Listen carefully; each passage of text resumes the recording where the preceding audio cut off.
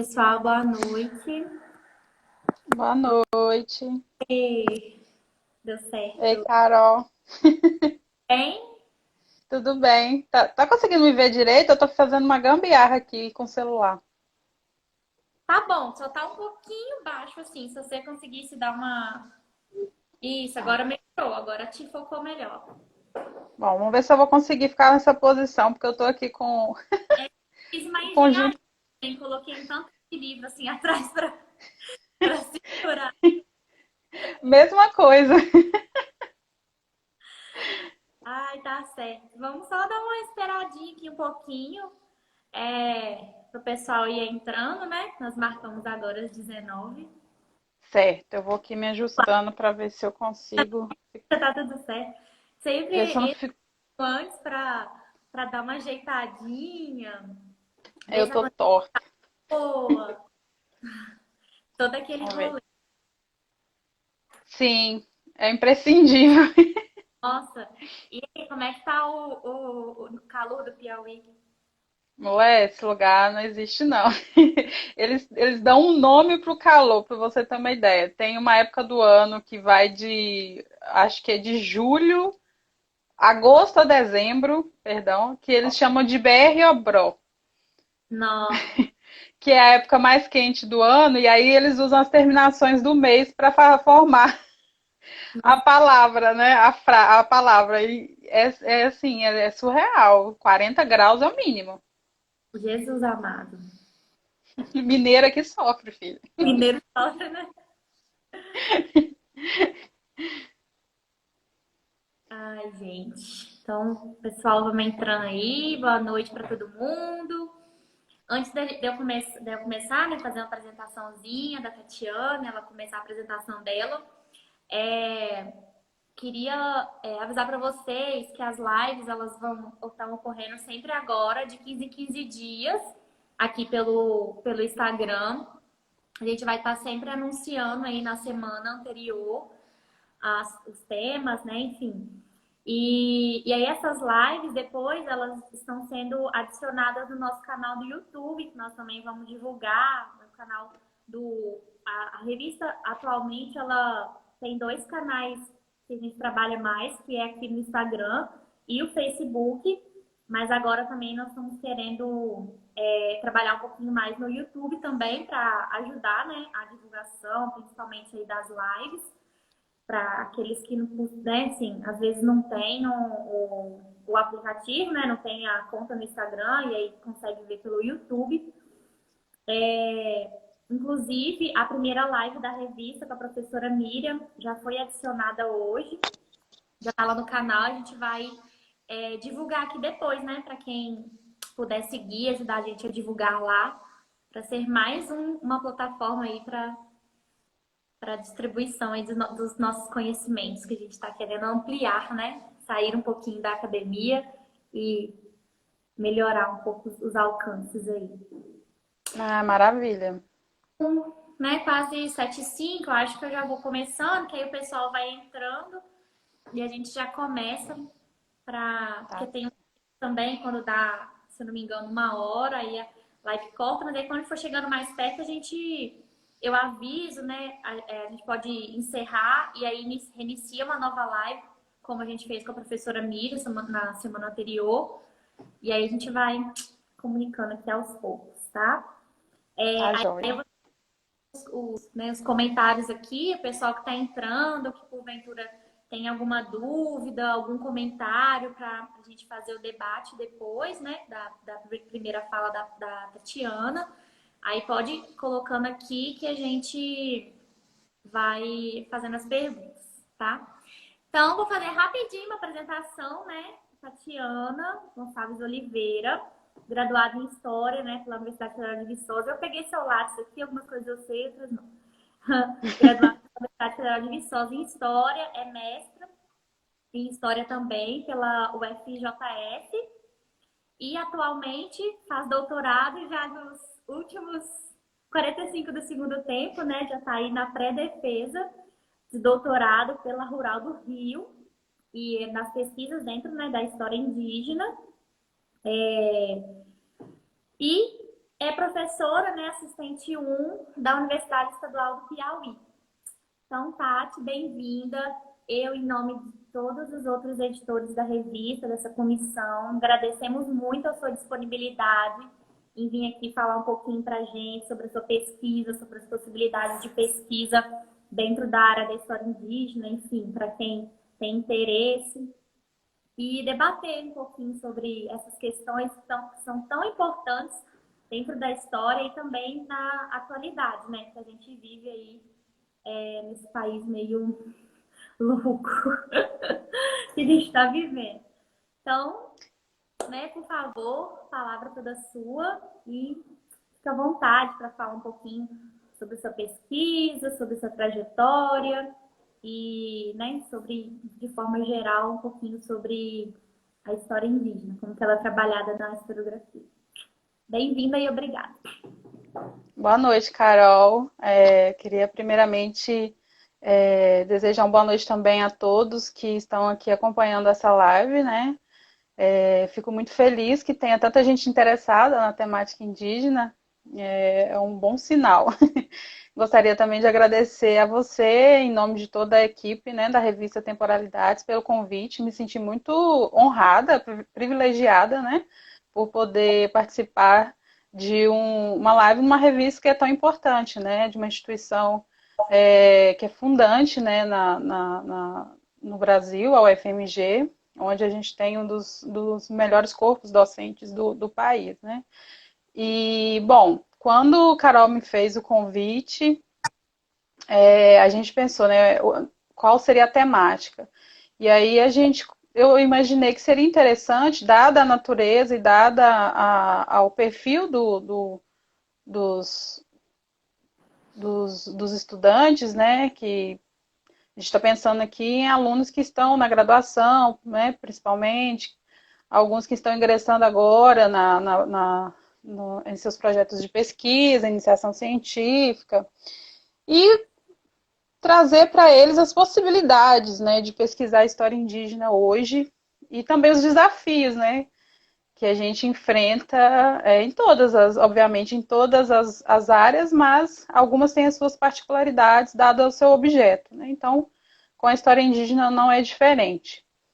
Como o Carol pediu para eu falar um pouquinho da minha trajetória, vou fazer um breve panorama aqui, só para também situar as pessoas sobre a minha pesquisa. Bom, eu fiz a minha graduação na FV, na Federal de Viçosa, onde eu iniciei as minhas pesquisas em missões jesuíticas, né, pensando na história da catequese, num grupo de pesquisa coordenado pela professora Carla Martins, que foi orientadora da Carol também, foi minha orientadora. E lá eu me inteirei sobre a história das missões no Brasil, especialmente a história das missões jesuíticas, né? Depois desse, né, obviamente, quando eu comecei a ler, comecei a me interessar, e daí eu comecei a pesquisar pro trabalho de conclusão de curso, para monografia, os aldeamentos, só que pensando os aldeamentos capuchinhos, né, que são aldeamentos que foram construídos aí na segunda metade do século XIX. Então, desde o início, o meu recorte temporal é o século XIX, né? Eu sempre trabalhei, tanto na graduação, no mestrado e agora no doutorado, com o século XIX, especialmente o segundo reinado, né? Eu penso a problemática indígena a partir ali, principalmente de 1845. Por que esse recorte? Bom, inicialmente foi uma escolha meio levada por uma não vontade de pesquisar fontes coloniais, porque sabia que não teria condição mínima de ler aquela documentação, né? Eu sempre tive esse problema com a documentação colonial, então foi uma fuga mesmo. Então eu pensei, não, vamos fazer um recorte. Qual recorte? Um recorte onde eu consigo ler a documentação. Então daí eu escolhi trabalhar com documentação do século XIX. Bom, o que eu fiz primeiramente, quando eu comecei a minha pesquisa, né, foi ler os relatórios de presidente de província.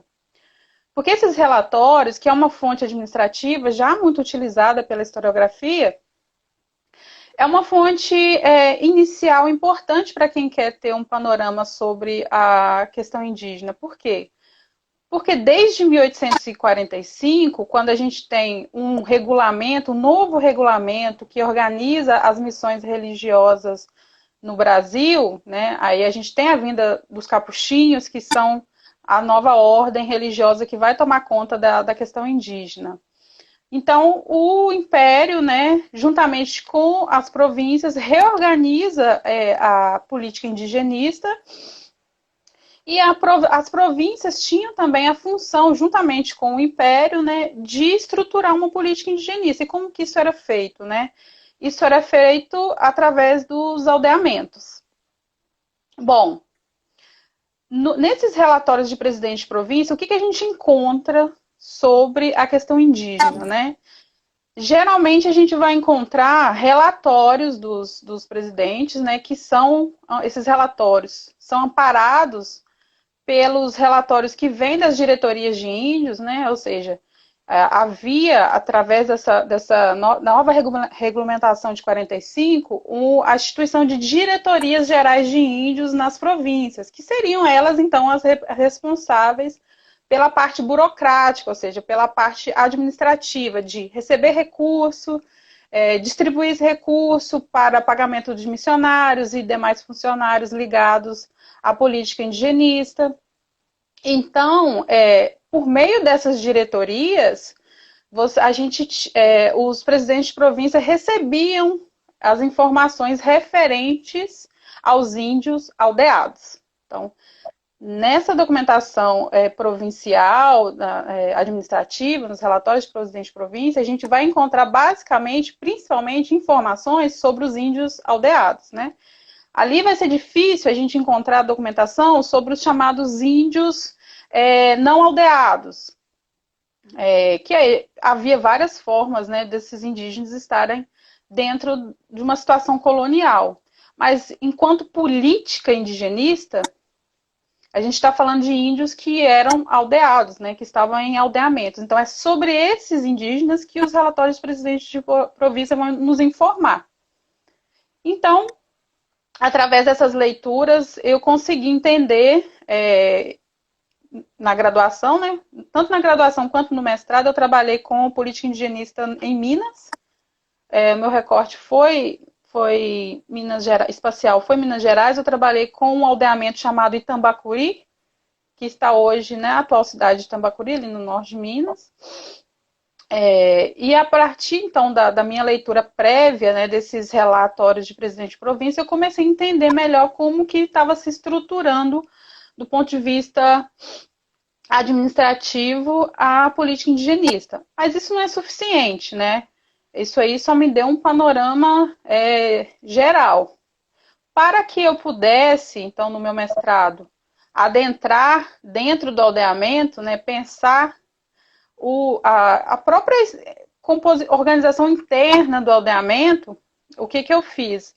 Eu fui até outras fontes, né? Então, uma das principais fontes que eu usei no meu mestrado para pensar isso, a organização interna, foram os relatórios dos missionários, né? Que eu peguei, né, no arquivo Capuchinho, no Rio.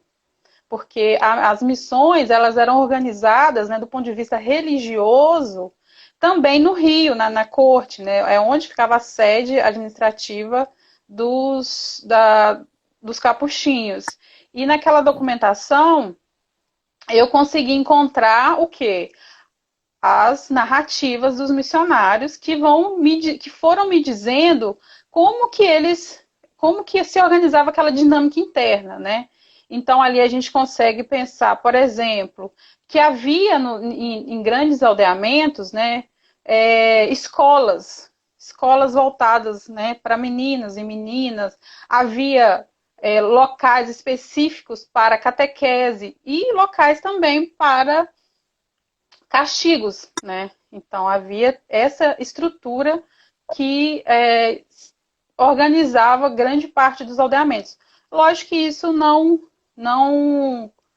a gente não pode dizer que havia uma uniformidade nessa organização. Obviamente que havia aldeamentos muito pequenos, que eu estudo hoje no meu doutorado, por exemplo, que eram 5 casinhas, uma casa para o missionário, para o diretor, outra para catequese e as roças onde eles trabalhavam e pronto, acabou, né? Então, a gente também não pode pensar que havia um panorama geral de aldeamentos, né? Mas, enfim, então no meu mestrado foi basicamente a partir dessas duas fontes que eu pensei os aldeamentos, né, e pensei a política indigenista. Então, no mestrado e na graduação, eu trabalhei com políticas, né, com políticas do Estado voltados para os índios chamados, né, selvagens, né, várias categorias que vão sendo acionadas para nominar esses indígenas que necessitavam, dentro desse discurso colonial, de serem civilizados, né, integrados à população dita civilizada, aos cidadãos aí. Bom, mas no meu doutorado eu mudei totalmente o meu recorte espacial e também os meus objetivos e as minhas problemáticas. Eu comecei a estudar o Espírito Santo, mantive o meu recorte temporal, segunda metade do século XIX, porque, novamente, né, eu estava pensando aí a partir das políticas indigenistas. Porém, eu não me dediquei somente aos índios aldeados, né? Ou seja, eu não me dediquei, não estou me dedicando somente a pensar a experiência dos aldeamentos, mas me interessava saber também, e as outras experiências? E esses índios que não estão nos aldeamentos, que estavam, por exemplo, nas vilas, né? Porque o que acontece na história do Brasil? A partir de 1760, quando a gente tem aí a reforma pombalina, uma das consequências dessa reforma para a população indígena é que vários dos aldeamentos que existiam naquele momento foram transformados em vilas, né? E eu me interessei em estudar especificamente, né, aqui no doutorado, uma vila que era um antigo aldeamento, né? Vila de Nova Almeida, no Espírito Santo, norte do Espírito Santo. E essa vila, ela era formada por um território que foi doado aos índios após a expulsão dos jesuítas, né? Então, todo o território que compunha a vila pertencia aos índios. E lendo na documentação do Arquivo Público do Espírito Santo, que é onde eu tenho basicamente toda a minha documentação que eu encontrei, eu fui vendo o quê? Eu encontrei lá muitos registros de terras de índios na segunda metade do século XIX, de índios registrando as suas terras nesse lugar que era um antigo aldeamento e depois transformou em vila. Mas também encontrei várias cartas e vários registros de índios reclamando de que a Câmara e outros indivíduos estavam expropriando as terras que pertenciam a eles. Então, isso me fez, e lógico, a partir também de leituras, né, principalmente a principal leitura que eu tive para pensar o Espírito Santo foi os textos da minha orientadora, a professora Vânia Moreira, que é a maior especialista em história indígena do Espírito Santo. Então, ela já tinha mostrado nos trabalhos dela que havia um conflito ali sobre o território indígena, principalmente no norte do Espírito Santo, onde a gente sabe que hoje existe ali, né, 3 terras indígenas demarcadas, né, em Aracruz, e ali, historicamente, a gente sabe que tem conflito por terra. Hoje, o conflito, né, desde a década de 70, é com a Aracruz Celulose, mas o que eu vejo lá hoje, no século XIX, na segunda metade do século XIX, é que esse conflito estava em outras condições, mas estava acontecendo. E eu precisava entender esses conflitos, né? Então, somente a documentação que eu usei no meu mestrado, por exemplo, não me ajudaria. Então, os relatórios do presidente de província, somente os relatórios dos missionários não me ajudam porque ali não tinha um aldeamento, né? Eu estava falando de índios em um outro contexto, ou seja, estava falando de índios nas vilas. Então, fortuitamente, eu sou uma pessoa muito assim, né? Porque eu acho que um dos grandes desafios para o historiador que quer estudar história indígena você tem que estar preparado para ir no arquivo e vasculhar, porque você não vai encontrar Aí eu não conheço, pelo menos, nenhum historiador que estuda a temática indígena que vai encontrar no arquivo organizado a temática indígena, os documentos organizados de acordo com a temática indígena. Eu acho que para temática nenhuma a gente vai encontrar, né? Mas a temática, para a questão indígena, eu acho que a documentação está muito mais dissolvida. Então tem documento, mas Já falando um pouquinho sobre a parte que você já entrou sobre a parte da documentação, essa documentação ela é inteira, não só a sua, assim, a sua, mas de uma forma geral, para quem deseja estudar sobre a história indígena. Essa documentação é somente em arquivo ou a documentação específica que trata sobre esse tema já se consegue alguma coisa online, assim, porque eu acho que isso foi uma coisa até que a gente discutiu também na primeira live sobre os desafios, né, do trabalho do historiador, principalmente agora, na época de pandemia. Então, acho que essa questão do arquivo é uma questão que, mesmo eu, né, por exemplo, que já estou aí no segundo ano do doutorado, já tenho esse problema, vamos dizer assim, agora, por causa da pandemia. Acho que é uma coisa muito geral. Como você citou, que já é uma documentação que ela não tem uma certa organização, né? Já é uma documentação mais espalhada, vamos dizer assim, né, entre aspas, mas esse espalhado é como? A pessoa consegue só em arquivo, existe possibilidade de arquivos online, enfim, que possa trabalhar também. Como é que é queria que você falasse também um pouquinho sobre essa função do arquivo. boa pergunta, Carol. Então, sim, tem alguns acervos online, né? Por exemplo, os próprios relatórios de presidente de província a gente consegue encontrar online tranquilamente, né? Só você vai lá no Google, digita relatórios de presidente de província, pá, já vai aparecer. Eu esqueci o nome do, do, do lugar. Tem inglês e meu inglês é péssimo, então eu só digitar lá no Google que vai dar certo. Um outro lugar importante ir online, né, que a gente consegue achar essas fontes, é na Biblioteca Nacional Digital, porque lá tem um acervo hemerográfico, né, da hemeroteca, perdão. Então tem muitos jornais. E os jornais são fontes, para mim, por exemplo, foram muito importantes, porque os jornais publicavam também as discussões das assembleias, né? Pelo menos no Espírito Santo, os jornais locais publicavam as discussões da Assembleia Legislativa Provincial. Então, eu consigo ali mapear alguns debates em torno da questão indígena. Havia também ali notícias de crimes, notícias de prisões, eu, por exemplo, consegui na minha documentação nos jornais do Espírito Santo localizar um debate que foi essencial para o meu capítulo, que era um debate em torno da fundação de um núcleo colonial no sul do Espírito Santo, ali no Rio Novo. Você conhece, né, Carol? Havia uma disputa sobre as terras indígenas de Benevente. Essa disputa era entre o empreendedor do núcleo colonial Rio Novo e os índios de Benevente.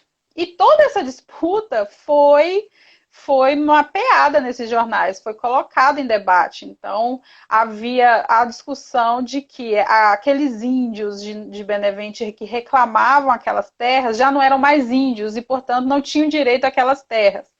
E essa é uma problemática importante para quem estuda a questão indígena, né? É analisar os discursos de desaparecimento dos índios. Porque você vai encontrar muito nos relatórios do presidente de província e na documentação oitocentista em geral, esse discurso de que não havia mais índios. Esse discurso ele tinha várias intenções, né? Uma delas era deslegitimar os direitos desses índios. Porque índio, né, a gente está falando índio, né, a gente sabe que esse termo ele nasce de forma errada, né, a gente está falando de populações indígenas, né, grupos étnicos muito distintos, mas a gente vai usar aqui essa categoria índio porque ela tem um significado jurídico no período colonial e oitocentista. Porque ser índio no século XIX, no Brasil colônia, significa ter direitos. Né? Os índios, enquanto índios, uma categoria jurídica, eles tinham direito às suas terras. Né? Se eles fossem reconhecidos como tais, eles tinham direito de ocupar as terras que estavam ali tradicionalmente ocupando. No entanto, o que a gente vê na documentação? É que invasores de terra, e aí o próprio Estado é um invasor de terra, né, no caso que eu estudo, é a própria Câmara de Nova Almeida, que é uma invasora de terra, ela invade terra sob a justificativa de que não havia ali mais índios. Né? A colônia do Rio Novo, que eu mencionei agora há pouco, vai tentar usurpar esse território dos índios de Benevente sob a mesma justificativa, de que não havia mais índios naquela região. Né? Então, os jornais são muito importantes, porque a gente consegue mapear ali vários debates da Assembleia Legislativa, mas também vários aspectos da vida cotidiana. Na minha documentação, nos jornais também, eu encontrei a menção, por exemplo, de um relato, né, de um indígena pedindo ajuda porque ele estava sendo vendido como escravo por uma mulher, né? Ele era agregado na casa dessa senhora e ele estava sendo vendido como escravo e ele não tinha mais ninguém da família que já tinha morrido ali, viveu naquela casa por muito tempo e ele estava sendo vendido como escravo. E desde da Lei de Liberdade dos Índios de 1755, os índios não podiam mais ser escravizados. Então, essa notícia, né, e várias outras nos mostram a possibilidade de escravização de indígenas de forma não oficial, né, que é uma coisa que eu também trabalho na minha tese, né, a partir de uma outra leitura, mas que eu também trabalho. E uma outra documentação que a gente consegue encontrar online são os anais do Senado, os anais da Assembleia, né, da Assembleia Geral, da Câmara também, e que é uma documentação importante, meu celular está quase caindo, que é uma documentação importante, eu usei muito na minha dissertação para pensar os debates que antecederam a lei de regulamentação das missões de 45. Porque estava se debatendo, né? E aí, o que a gente vai fazer com os índios? Qual que é o lugar dos índios na nação? Qual que vai ser o projeto de civilização? Serão os aldeamentos? Vamos trazer de novo os missionários? Ou vamos utilizar esses índios em trabalhos forçados? Né? Prevaleceu a vontade de trazer os missionários para criar novamente os aldeamentos e as missões, mas não com os jesuítas, porque tem todo aquele debate de que os jesuítas eles não poderiam retornar por conta de toda uma história, né, de disputa política entre o Estado e eles, enfim, e essas narrativas. E também tem uma documentação fotográfica, né, muito grande na Brasiliano também. Então, a gente tem, sim, possibilidades. Né? O IHGB também disponibiliza uma documentação importante nos seus relatórios, né?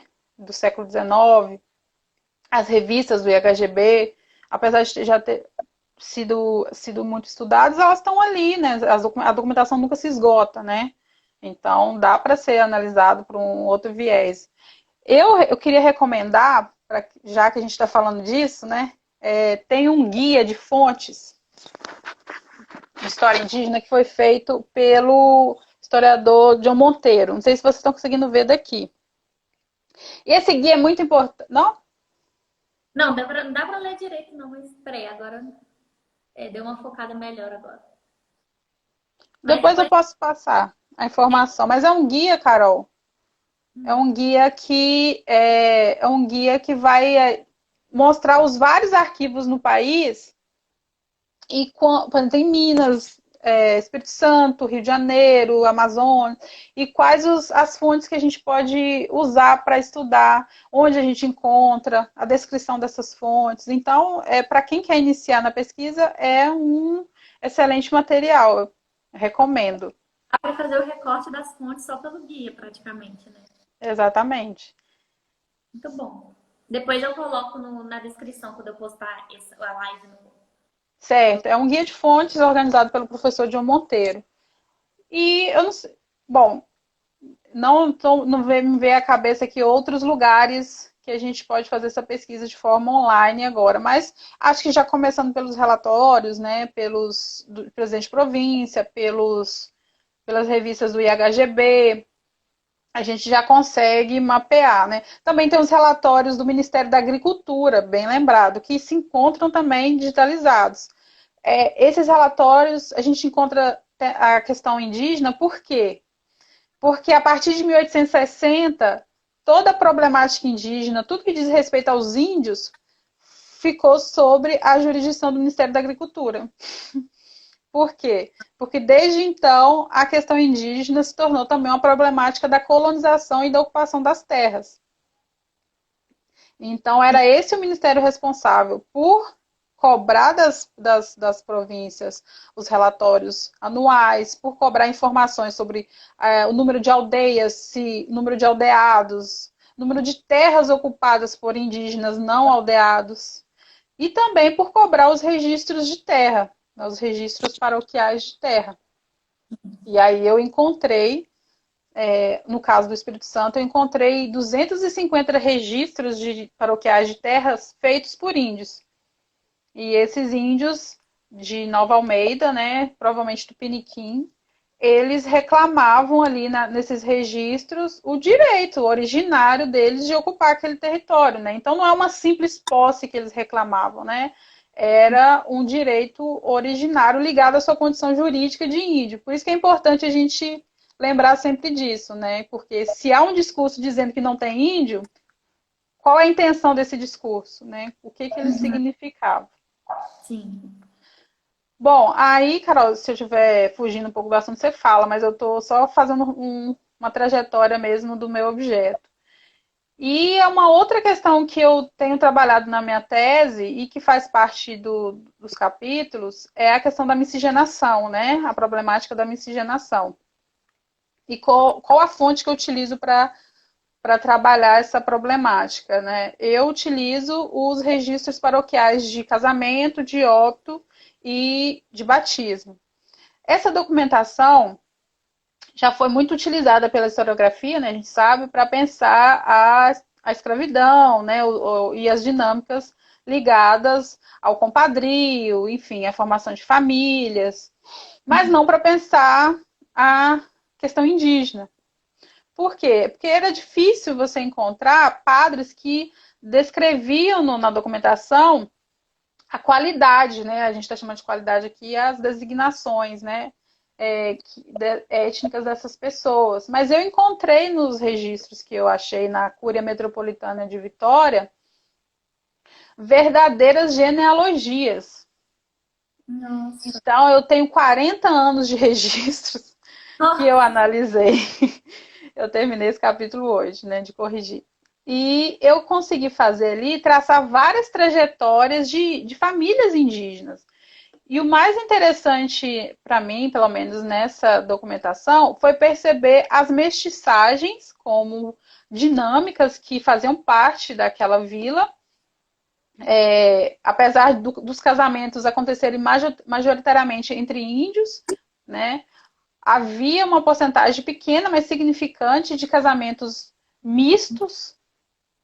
E por casamento misto, aí eu estou entendendo casamento entre pessoas de condições jurídicas desiguais, então entre índios e escravos. E uma coisa interessante que a gente então pode pensar a partir desses casamentos, que são também mestiços, obviamente, é o lugar desses descendentes desses casamentos mistos. Por quê? O índio não podia ser escravizado, o indígena não poderia ser escravizado, né? Desde 1755. Século XIX, ele juridicamente é livre, né? Um cidadão, porque é livre. Mas e o índio, homem, que se casa com uma mulher escravizada? A gente sabe que é a mãe, a genitora, que dava a condição jurídica do filho. Então, o que essa documentação me mostrou foi várias crianças, filhas desse tipo de união, sendo jogadas no cativeiro. Então, isso é muito importante, ou seja, havia escravidão indígena, sim, no século XIX. E é uma coisa que a gente já sabia que acontecia, mas era difícil de mostrar, de provar essa hipótese, né? Porque, como eu falei, a documentação é fragmentada, né? A gente tem essa dificuldade nos registros paroquiais também, porque ali dificilmente os padres vão falar a qualidade, né, dos índios, porque ali as designações de mestiçagem vão aparecer muito mais. Então, caboclo, mameluco, pardo. No entanto, os pardos, os mamelucos, os caribocas e os cabras que aparecem na minha documentação são todos filhos de pai ou mãe indígena. Como a vila de Nova Almeida que eu analiso era uma vila majoritariamente indígena, todo o processo de mestiçagem envolvia, de alguma forma, um elemento indígena. Então, para mim, uma das coisas mais interessantes na minha pesquisa é mostrar exatamente isso, né? As possibilidades desses sujeitos serem escravizados, mas ao contrário também, eu quero mostrar o protagonismo desses sujeitos, né? Porque é uma nova. É uma nova. A nova história indígena, perdão, ela vem justamente querer mostrar esse protagonismo, né, do indígena. Por quê? Até 1992, na década de 90, vou colocar 92 como marco por conta de dois livros que são lançados naquele momento que vão transformar a historiografia com relação à questão indígena. Mas até mais ou menos a década de 90, a historiografia pouco espaço dava para os índios. E quando dava, era sobre a crônica da extinção, ou seja, era dizer que aqueles índios foram extintos. No século XIX, nunca, índios nem pensar. No máximo, o Brasil colônia. Chegou no XIX, eles estão extintos na documentação e extintos na historiografia. O que ocorre na década de 90 é que a gente tem um esforço, tanto da história quanto da antropologia, de pensar esses sujeitos não mais como vítimas e extintos, mas como eles sobreviveram, porque na década de 90 o censo estava mostrando para a gente um certo crescimento da população indígena do Brasil. E como explicar a presença contemporânea daquele sujeito sem pensar o seu passado, né, historicamente, essa crônica da extinção.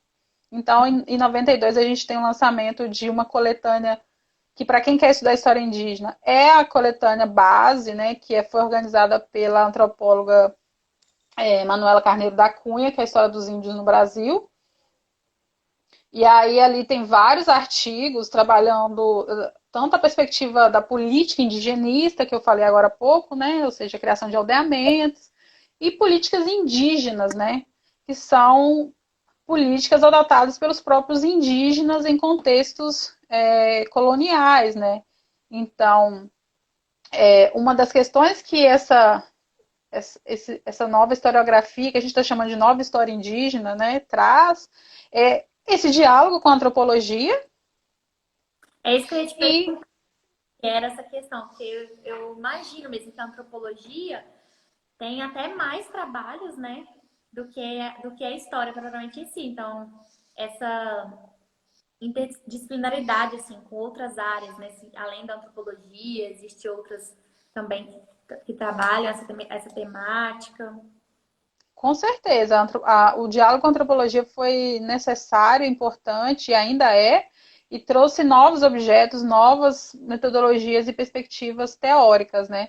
Então, se abandonou a crônica de extinção, né? Ou seja, esses sujeitos sobreviveram, então vamos contar como eles sobreviveram. Não se nega, obviamente, a violência que eles sofreram, todo o processo histórico que a gente sabe, mas se eles estão hoje, contemporâneos, crescendo, né, se autodeterminando indígenas, a gente tem que contar como que eles chegaram até a nossa contemporaneidade. Então, essa nova história indígena, ela vem nessa direção, né, de trazer os protagonismos indígenas, mostrar os agenciamentos, as estruturas que os violentaram, né, que os subjugaram, mas pensar também de que forma que eles resistiram, negociaram, né? Então, por exemplo, no período colonial, que eu domino muito pouco, mas tem duas obras que eu acho muito importantes, né? É a obra do John Monteiro, que foi um dos responsáveis pela essa mudança historiográfica, né? Um antropólogo historiador que publicou um livro chamado Negros da Terra, que é um dos livros mais importantes e uma das maiores referências na historiografia indígena. Ele publicou, salvo engano, foi em 92 ou 94, eu sempre confundo. Uhum.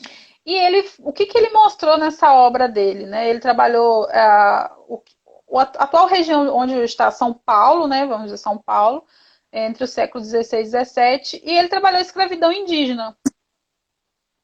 Ele mostrou como que os bandeirantes, né, criaram um verdadeiro mercado de venda de índios, né? E como que toda a economia paulista se sustentou por vários séculos em cima da mão de obra indígena.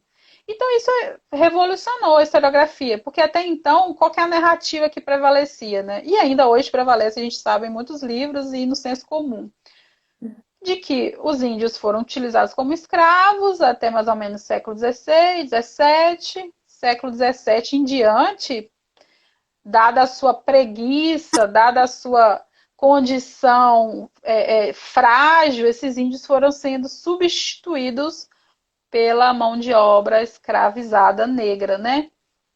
Então essa narrativa, ela foi colocada em xeque, tem sido colocada em xeque desde então, desde dessa obra fundante do João Monteiro, né? Então houve uma revolução historiográfica, uma nova história indígena surge a partir daí, e são vários problemas, várias problemáticas. Uma delas que eu analiso é a problemática dos conflitos agrários, que está ligado diretamente a uma discussão sobre identidade, sobre miscigenação, né? Porque, como eu falei anteriormente, as terras indígenas vão sendo usurpadas, expropriadas sobre várias justificativas, sobre vários discursos, e um deles é a de que não havia mais índios e, portanto, o que tinha ali eram mestiços, eram caboclos, eram gente que não era mais índio de verdade, né? Então, portanto, não tinham mais direitos às suas terras. Então, basicamente, na minha tese, eu vou trabalhar essa problemática dos conflitos, e como que, em torno desses conflitos, a questão identitária se constrói, e as resistências, né? Porque, como a gente está falando de protagonismo indígena, não tem como a gente falar em resistência. E essa resistência, no meu caso, ela é analisada a partir de várias cartas, né, de índios reclamando à presidência da província sobre as invasões às suas terras. Né? Então, são vários documentos mostrando, né, esse debate e as reclamações, os ofícios pedindo, né, para que os invasores saiam das terras indígenas, que esses indígenas sejam ali respeitados nos seus direitos, entre outras questões que eu vou abordando, né, em torno dessa problemática. E, enfim, basicamente essa é a minha pesquisa. Eu não sei Nossa. se eu posso falar mais alguma coisa, se você quer que eu fale mais alguma coisa, porque eu falo muito. Então, acho que eu vou finalizar por aqui. Tem uma pergunta aqui, três perguntas. Primeiro, para você comentar, se os indígenas tinham direito à terra e à liberdade no século XIX, qual o impacto da legislação voltada a esse grupo na Constituição de 1988? Você, né, que é marco territorial, direito de preservar a cultura, costumes, etc. E aí, já pegando um link também com essa pergunta, para você também comentar um pouquinho sobre essa questão mesmo do índio lá no século XIX, no que tange a questão, né, assim, principalmente ali a partir de 22, quando começa todo aquele processo da formação do Estado Nacional, dentro das constituições, né, assim, como que o índio ele vai ser tratado, assim, você começou a comentar um pouquinho, né, não era mais índio, não tinha direito, mas como que esse índio ele é tratado ali a partir se a gente pensar a partir da formação do Estado Nacional Brasileiro, como que o índio naquele momento ele foi colocado dentro de uma nação que estava em formação? Aí respondi esse, depois eu tenho mais dúvidas. Tá, bom, Carol, essa problemática, eu vou começar falando um pouco dessa problemática do lugar do índio após, né, no Estado-nação que se formava após a proclamação da República de 22. Bom, esse é um debate muito acalorado. Tem uma discussão que vai dizer que esse índio não era cidadão e nem brasileiro, e que vai pegar como suporte, né, documental para analisar isso, os discursos e os debates que antecederam a Constituinte, né? E vão dizer, olha, não são cidadãos porque, por exemplo, os índios aldeados ainda eram mantidos sob tutela. Né? Se você é mantido sob tutela, você é considerado uma pessoa juridicamente incapaz por si de, por exemplo, como é que eu posso dizer, controlar a sua vida, controlar os seus direitos, controlar tudo que remete à sua pessoa, né? Então, você precisa de alguém que medie isso para você. Então, Sim. ali você já não tem uma pessoa que tem os direitos totais sobre si, né? Ela precisa de alguém que medie essa relação para ela. A tutela, então, é um problema que se coloca nessa discussão. Se esses índios aldeados são de fato ou não cidadãos. Se a gente pensar que a Constituição de 24 ela vai apenas colocar como condição para cidadão, né? Para ser cidadão, você nascer livre ou liberto, então os índios são cidadãos. A gente está falando do ponto de vista formal, né? Então são cidadãos, ora, são livres, né? Mesmo com a tutela, você tem uma pessoa que é livre. Sim. Todavia, a própria Constituição também, ela vai criar mecanismos para limitar essa cidadania, né? A gente sabe muito bem disso. Então, você tem uma cidadania desigual, porque nem todos podiam votar, né? Você tinha uma renda mínima para votar a nível paroquial, para votar, né, para ser eleitor e para ser votante, por exemplo. Então, isso já eliminava boa parcela da população. Ao mesmo tempo, você também não permitia que africanos, né, pudessem ser cidadãos, mesmo depois de livres, né? Somente aqueles libertos nascidos no Brasil, né, os crioulos. Então, também você aí limita o exercício da cidadania para esses sujeitos. Com relação ao indígena, a gente tem vários cenários, né? Como eu disse, havia os índios aldeados, né? Então eles estavam sob tutela. E aí, sobre essa condição, a gente, não há como eu posso dizer, não há uma concordância na historiografia no que diz respeito se eram ou não cidadãos. Mas a minha orientadora, eu concordo com ela, né? Ela vai dizer que sim, eram cidadãos, mesmo os índios aldeados, porém numa condição desigual, como a gente tinha para outros tipos de cidadãos, né? Eles não usufruíam dos mesmos direitos, né? Por quê? Porque nos aldeamentos o discurso era de que eles precisavam ser civilizados para, enfim, alcançar o grau de civilizados que poderiam, então, exercer de fato a cidadania. Nas vilas, aí tem um discurso ambíguo, como eu falei. Ora, vão dizer que são índios, né? Ali os padres, na documentação dos registros de batismo, de casamento, estão ali colocando, ó, são índios. Mas aí você vai na documentação mais a nível da província, nos relatórios do presidente de província, em algumas cartas, né? Numa documentação da presidência da província com ministérios, por exemplo, com o Ministério da Agricultura, em que aparece sempre esse discurso do desaparecimento desses índios, né? Então, não são mais índios, são misturados, estão misturados à nação. Logo, eles são cidadãos, mas não são índios e não têm direitos específicos. Porque, como eu disse, ser índio era uma categoria jurídica, logo tinha direitos, né, que vinham com essa condição. Esses direitos ligados à terra tinham a ver com o indigenato, ou seja, eles, enquanto povos originários, tinham direito desde o século XIX, na verdade, ali, desde as reformas pombalinas, no período colonial como um todo, sempre foi dado a eles o direito, os índios, enquanto aldeados, de terem o usufruto das suas terras, né? Bom, o que a gente vê ao longo da história, e aí a Constituição de 88, de 1988, ela é considerada uma Constituição progressista no que diz respeito a muitas questões e também no que diz respeito à questão indígena. Por quê?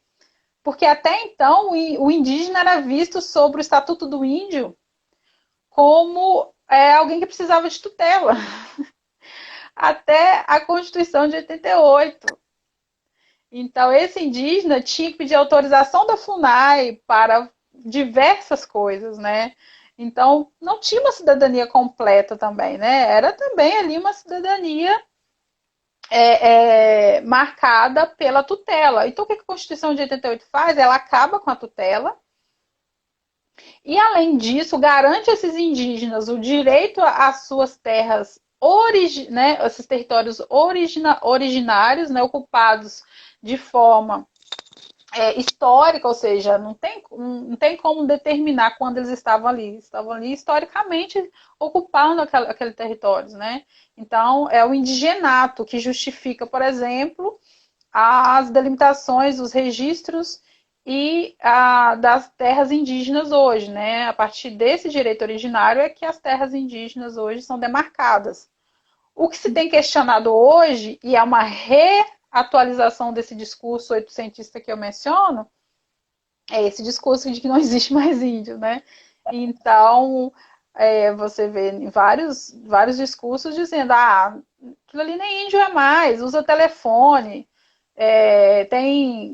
tem carro, estuda, não é índio, para que eu vou demarcar terra para esse sujeito? Né? Exatamente, está vestido, né? Então, não é permitido a esses sujeitos, não é uma cultura dinâmica, né? Ou seja, uma história. Né? A todo mundo é permitido mudar. O indígena ele tem que estar parado no tempo, usando ali dentro do estereótipo do que é que a gente entende como índio. Então, a Constituição de 88, ela vai, além de garantir a esses indígenas o direito à sua livre expressão, à sua autodeterminação, também vai garantir em um dos artigos o direito ao território originário, né, que eles ocupam de forma histórica. Mas a gente está vendo aí hoje vários ataques, né? O próprio STF julgou recentemente a tese do marco temporal, que é uma tese que dizia, né, que estipulava uma data antes de 88, né? Se esse indígena estava ali, ele tinha direitos, depois não tinha mais. Só que essa tese ela não respeita, por exemplo, os vários processos históricos de remoção forçada de indígenas, né? Historicamente. Então, por exemplo, durante a ditadura, a gente tem vários documentos. Tem essa documentação também para quem quer estudar o período ditatorial. O relatório Figueiredo e os relatórios da Comissão Nacional da Verdade. Porque ali tem várias informações, documentos que vão mostrar como esses vários indígenas de diferentes regiões foram perseguidos, foram enviados para campos de concentração em Minas, né? Foram mortos, enfim, tem várias violências que aconteceram com esses índios no período ditatorial, e um deles era o deslocamento forçado, né, que a ditadura fez. Por exemplo, na Amazônia, né, vários indígenas, vários grupos étnicos, várias aldeias foram exterminadas pela Transamazônica. E aí a gente tem o quê? Como que a gente vai justificar, por exemplo, esse marco temporal se a gente tem historicamente o Estado violentando, expropriando e matando esses índios? Ou seja, é muito complicado, né? Eu não sei se eu respondi a pergunta, mas é Não. isso. Deixa eu só, porque já tá quase acabando o tempo da live, e aí ela cai. Aí Tá. a gente tem mais duas questões. Daí eu acho que a gente pode encerrar essa e abrir uma nova, porque às vezes ela avisa, geralmente ela avisa com uns 30 segundos, acho que avisou na última live. Certo. Mas aí, pra você correria de cair, aí a gente faz isso, pode ser para você? Claro, sim. Aí, se mais alguém do pessoal que está assistindo aí quiser fazer mais perguntas também, tá bom, gente? Então, eu vou encerrar essa, já vou encerrar e já vou abrir uma nova. Aí, vai ser bem rapidinho, tá bom? Tá bom. Daqui a pouco.